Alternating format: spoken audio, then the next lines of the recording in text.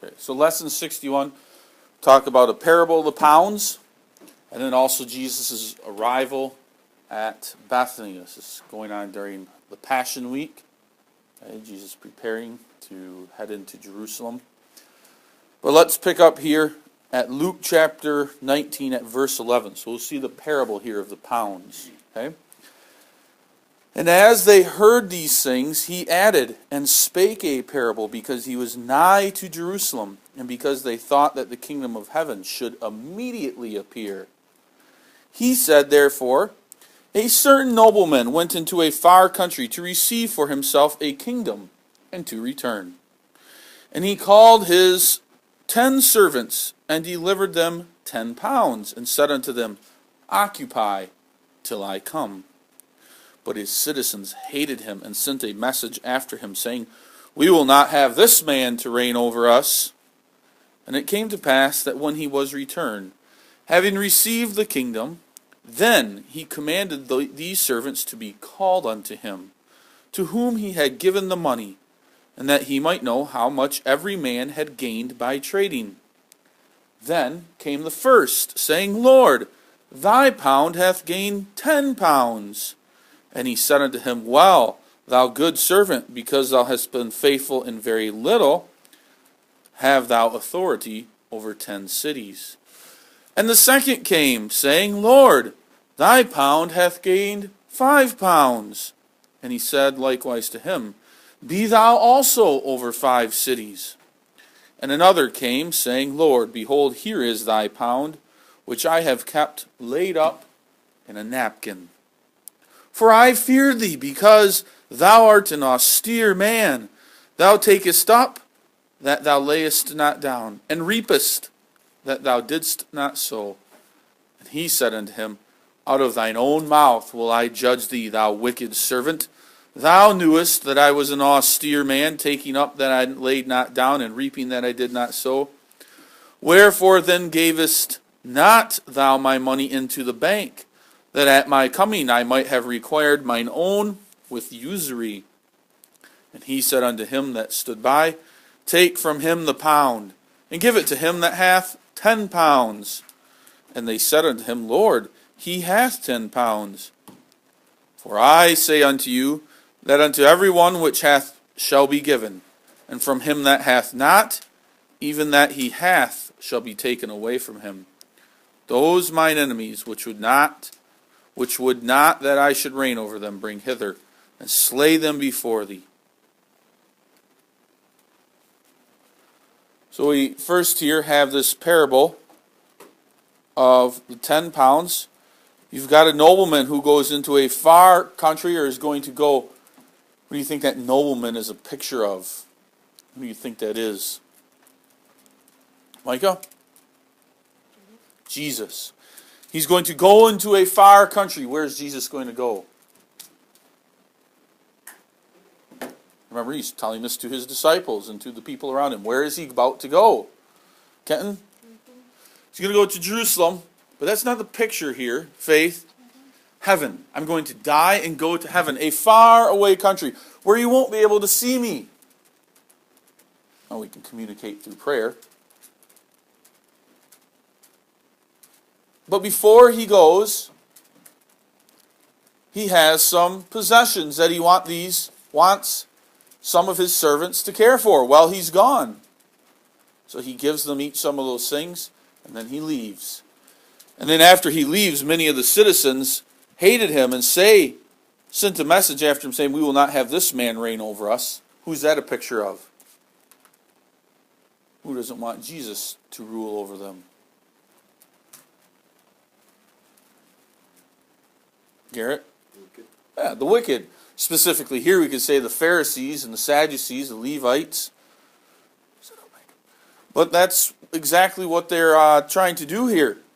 They're trying to say, we don't want Jesus. That's why they're going to kill him and put him on the cross. Okay? We don't want him to be our ruler. So that's exactly right. And then now still today, the wicked world. The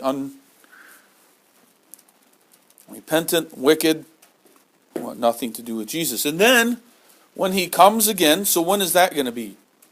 The husbandman, he comes back, this nobleman. What's that a picture of? He returns back to visit his servants. Kenton?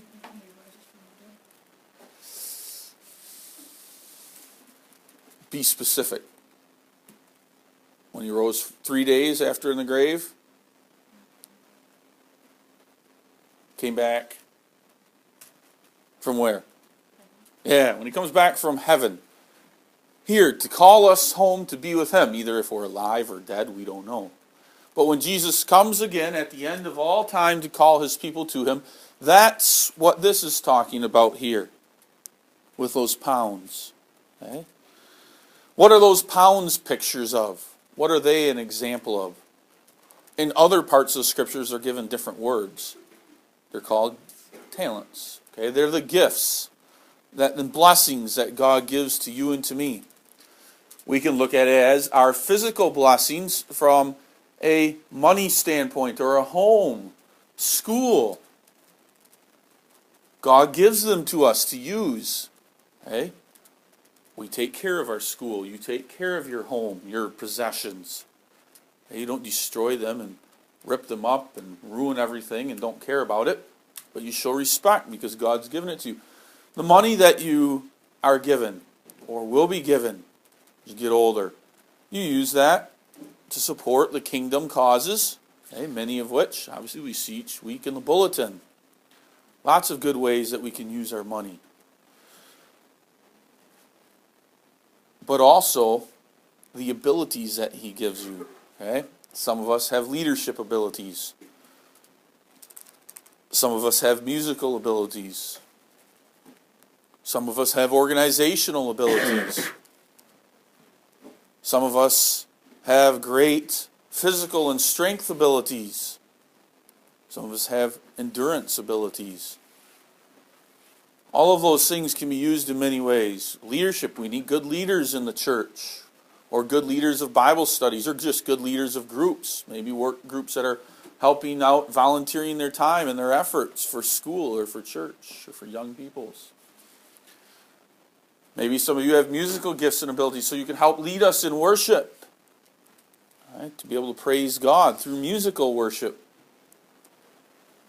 Maybe you have great endurance so that you're one who has a lot of time and energy. God's given you your body so that you can spend a lot of time and energy helping out the church or volunteering here and there in many different ways, whereas maybe others can only serve on 1 or 2 committees, whereas you can serve on 4 or 5.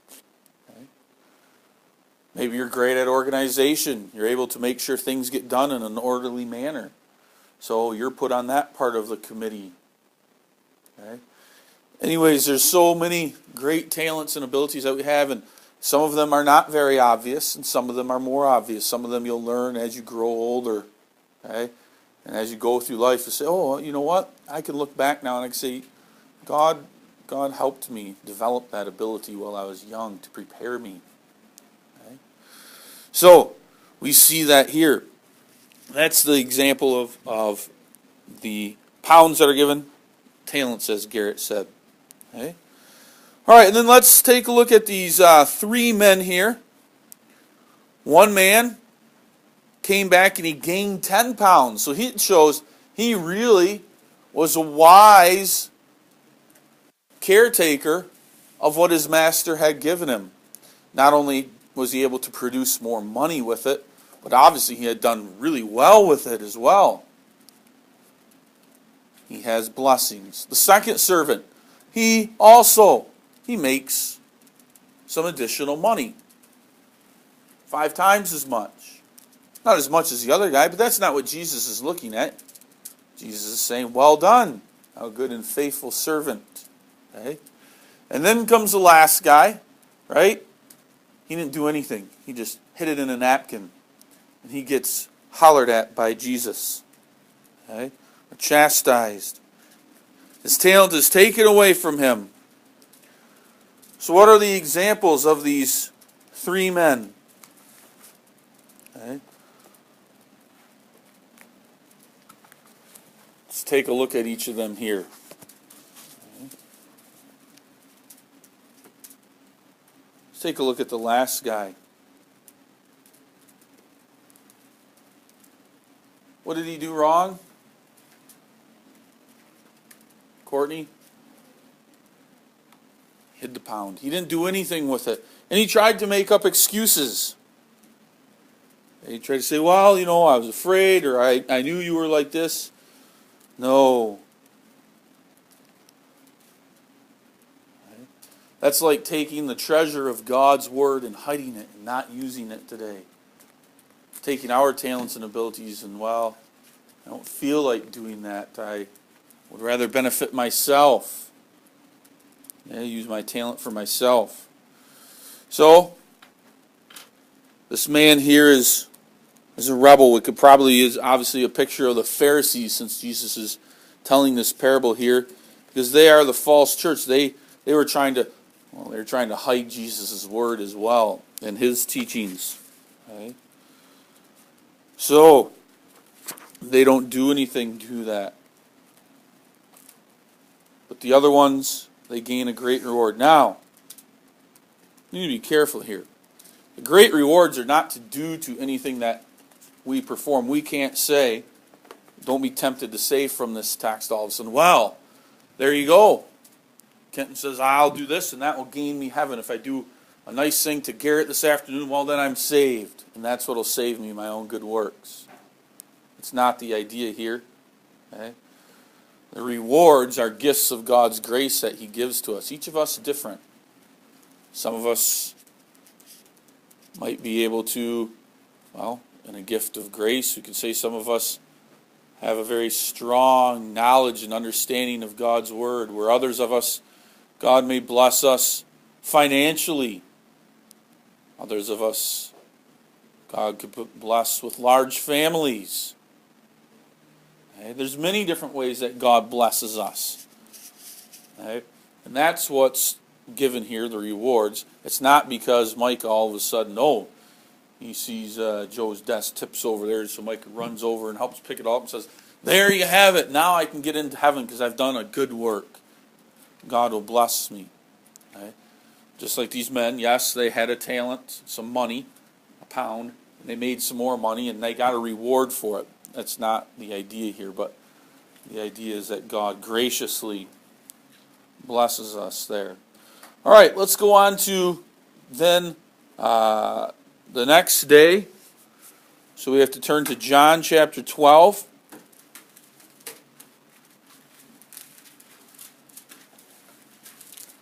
And we'll see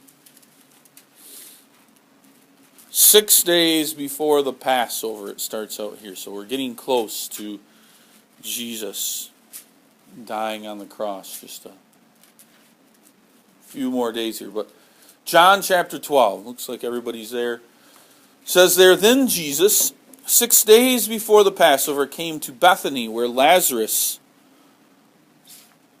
was, which had been dead, and whom he raised from the dead. There they made him a supper, and Martha served, but Lazarus was one of them that sat at the table with them. Then took Mary a pound of ointment of spikenard, very costly, and anointed the feet of Jesus, and wiped his feet with her hair, and the house was filled with the odor of the ointment. Then saith one of his disciples, Judas Iscariot, Simon's son, which should betray him, why was not this ointment sold for 300 pence and given to the poor? This he said, not that he cared for the poor, but because he was a thief, and had the bag, and bare what was put therein. Then said Jesus, let her alone. Against the day of my burying hath she kept this. For the poor always ye have with you, but me ye have not always. Much people of the Jews therefore knew that he was there. And they came not for Jesus' sake only, but that they might see Lazarus also, whom he had raised from the dead. But the chief priests consulted that they might put Lazarus also to death, because that by reason of him many of the Jews went away and believed on Jesus. You see that sad last point there. Jesus raised Lazarus from the dead, and just by Lazarus walking around, many of the people believed. They want to even put Lazarus to death, not because he preaches and teaches like Jesus, but because of by his faithful example, or by just walking around and being alive, people can, oh yeah, remember he was dead. And then they believe in Jesus. But anyways, let's go back to what happens here. So Jesus goes to Bethany. He visits the home again of Mary, Martha, and Lazarus. Martha served once again. We see they made him a supper. Martha served. She's busy going about the work of caring for the home and caring for the food here. Lazarus is sitting at the table. And we can imagine this is probably a little bit of a larger home. Maybe others were there with him, but we know the disciples are there with him. And out comes Mary, the one who loves to sit at the feet of Jesus and learn from him. Mary comes out, and she's carrying with her an alabaster box, a white box. And she goes to her master and Lord. Now again, at this type of table, it's not a table like we think of where our feet are under the table, but they're probably resting and reclining on a type of couch, a flat couch close to the ground where they could lay on their sides so that their hands and their head were near the table. The feet might be pointing away a little bit. And Mary goes to the feet of Jesus. And she opens that alabaster box, and beautiful, wonderful smells come pouring out of that box because it is filled with an ointment of spikenard. Very, very costly, expensive perfume. The ointment that maybe she had purchased for her brother when her brother Lazarus had died, and she could have used some of that to put on his body to keep it from stinking and smelling. But she was saving it for Jesus. Because we see Jesus later says that against the day of my burying has she kept this. She was probably keeping it, but she couldn't bear it any longer. And so she comes out with that box.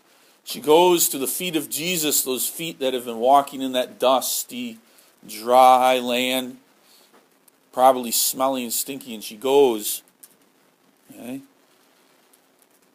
and wiped his feet with her hair, anointed the feet of Jesus with that ointment, and then wiped it with her hair. And the house was filled with the odor of the ointment, an expensive, beautiful perfume given off. An ointment was rubbed into the feet of Jesus by Mary. Who took offense at this, or who didn't like it? Micah? Judas Iscariot. He can smell that smell, and the smell hits his nostrils, and he knows this is no cheap stuff here. He can even see by the box it's kept in. This is expensive stuff, and immediately his blood begins to boil because he's thinking, why is this woman wasting it here? Why is it not being used? Well, why didn't she go and sell it? She could have. Now he's trying to act as though he's very self-righteous, a sin that we often do. I know I'm often guilty of. We think we're better than everybody else, or we think that we can find a better use for it when really it's our own selfishness that we're after. But anyways, Simon, hey, we could have sold that for 300 pence. That's worth a lot of money. And given the money to the poor and help the poor out in that way. Wouldn't that have been a better use of the money?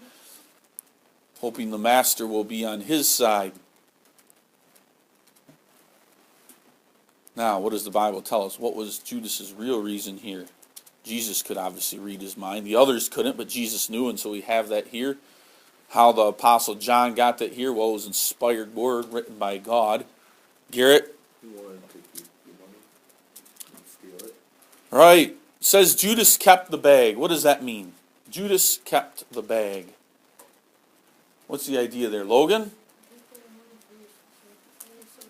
All right, the disciples would pool their money together, put it in the bag to be able to maybe buy provisions along the way, or to as a gift of thanks for the home that the people that they stayed by, whatever it may be, pay for a journey.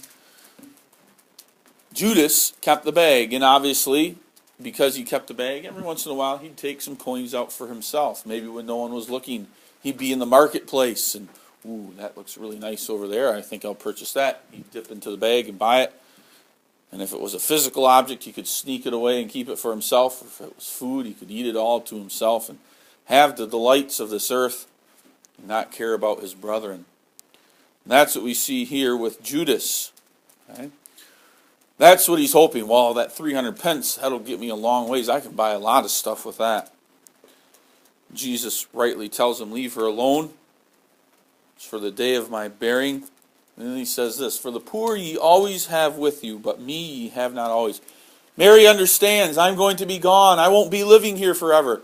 She can make money for the poor in many other ways and selling other things in the future. But right now, her focus is right and proper. Her focus is on me, because in a very short time, Jesus will be gone.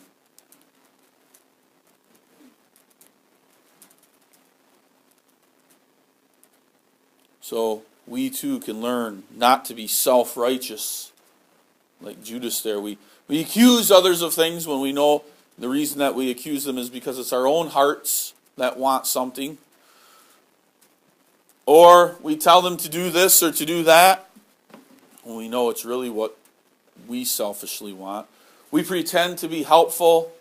We pretend to be outgoing and assist others when really it's just we're in it for ourselves.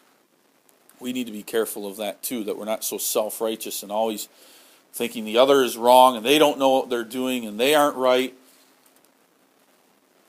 And then all we have to do is examine ourselves and realize, yeah, we probably are the same way as well. We need to be careful. It's easy to jump on somebody else, think all the bad things about what they're doing, and then we look at ourselves and realize, yeah, I need to be careful of that. Watch out. But also we too can learn. Again, Mary sets a beautiful picture here. How do we spend our time in our lives? Are we running about busy with the things of this world like Martha? Or are we like Mary here? And we spending time with Jesus as we should? So the question is, if we go back to the first part of the lesson, what talents are you using? Think about the abilities, the gifts that God's given you. How can you use those for the glory and honor of His kingdom? Well, you're young yet. Help out at home. Mom's got a lot to do. Say, I'll fold the laundry here. Or I'll help with dinner. Or I'll go shovel the driveway, even though it's cold out. It needs to be cleared off. I'll go mow the lawn. I'll help with the dishes, clean off the table. Vacuum the house, wash the car. There's plenty of ways we can be a help to our parents at home. Okay? Or you see them struggling. The little child, hey, I'll help, I'll entertain them for a little bit here while you're getting that done. Okay? Many ways, too, that you can help out in that way. Here at school, now we have the ice rink up. You see one of the younger kids maybe struggling putting their skates on. You know, when you guys were younger, the older kids that were here helped. Not always perfectly, but that's something that you can do too. There are plenty of opportunities that we can help each other out. In that way, maybe you don't say Micah doesn't have $2,000 to give away to all kinds of people, right? Or you do. No. Right? God hasn't started blessing you in that way. Okay? That you have jobs where you have good financial resources that you can say, well, I can go ahead and make a donation to school, or I can go ahead and support the poor through the collection plate, or I can make sure I see this family over here is struggling, so maybe I'll send them a check to help them through that difficult time. All those things are going on. And maybe you can't help out necessarily in huge amounts that way. You can still give some of your dollars. Maybe if you make some money doing some work, you still do that. But make sure we use our talents and abilities for the glory and honor of God's kingdom as well.